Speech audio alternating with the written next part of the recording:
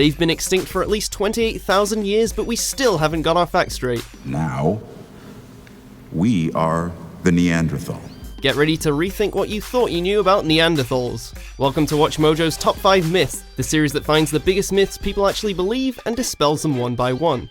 In today's installment, we're counting down the top 5 myths about Neanderthals. If you weren't clued in already by the animal skins and sloping foreheads, we're cavemen. Myth number 5. We are their direct descendants. The arrival of the mutated human species, Homo sapiens, was followed by the immediate extinction of their less evolved kin. The typical timeline of human evolution shows that we, the human race, followed on from the Neanderthals smoothly and naturally.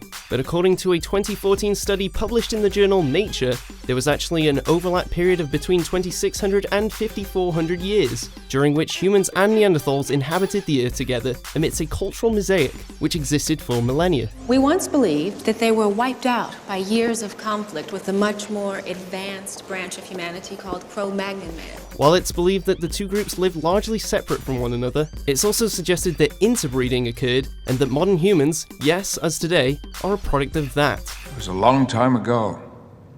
Mankind has evolved since then. Yes, into us. This explains why scientists attribute parts of our genetic makeup to our prehistoric cousins. DNA linked to type 2 diabetes, Crohn's disease, lupus, and biliary cirrhosis is thought to have been inherited from the Neanderthals. Even mankind's propensity for nicotine addiction has been linked to Neanderthal genes. Would you please stop smoking? I like to. I don't really smoke that much. Myth number 4. Their speech was limited.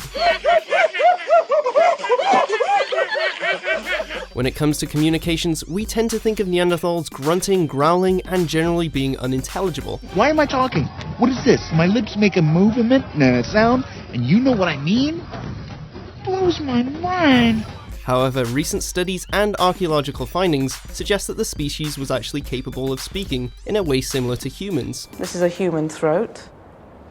This is a Neanderthal, and it's very squat. The idea first emerged in 1989 when a hyoid bone was discovered which looked just like a human's. The hyoid is a horseshoe-shaped structure located in the neck, which supports the root of the tongue and enables us to talk. Other primate species have it, but crucially, it's located differently, which is why we can't chat with chimpanzees. What's she saying now? But Neanderthal fossils seem to have hyoids that are similar to our own. While it's obviously impossible to categorically prove it without access to a time machine, which I'm hoping someone is working on, science has now accepted that Neanderthals were capable of some form of sophisticated conversation. The evidence speaks for itself, quite literally. Remember what I told you about our light? I still feel the same.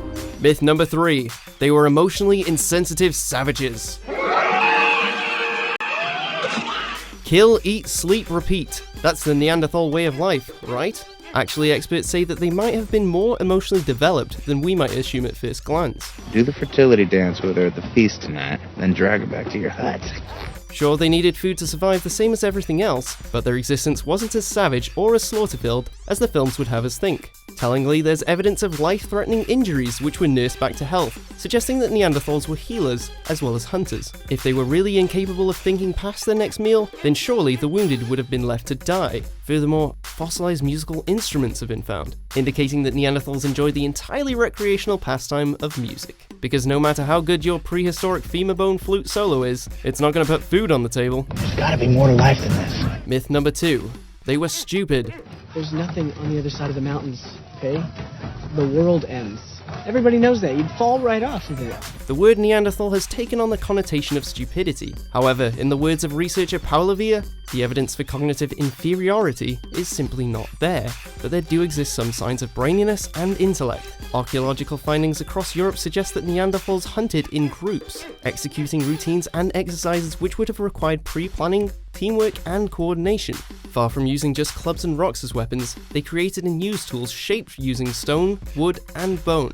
And there's evidence they manufactured cord, Some fossil evidence also suggests that their homes were organised into distinct areas for work, for rest, and sleep. There are extant cave paintings that might have been created by Neanderthals too. So while popular perception paints the Neanderthal as a mindless creature and a midpoint between apes and man, they were likely on the same level as us, just naturally not as advanced. Remember, we've got time on our side, almost 30,000 years of it. She's working through some things and she needs her own space. What things? How long is this going to take? Myth number 1. Fire was rare.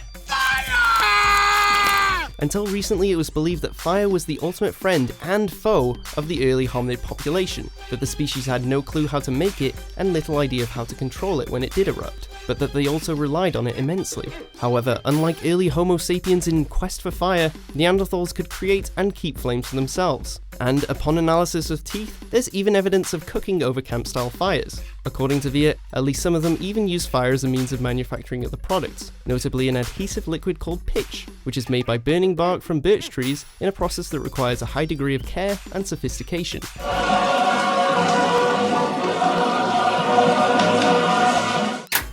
So how many of these myths did you believe? What if she struggles? You give her a little tap on the head. Women respond to that.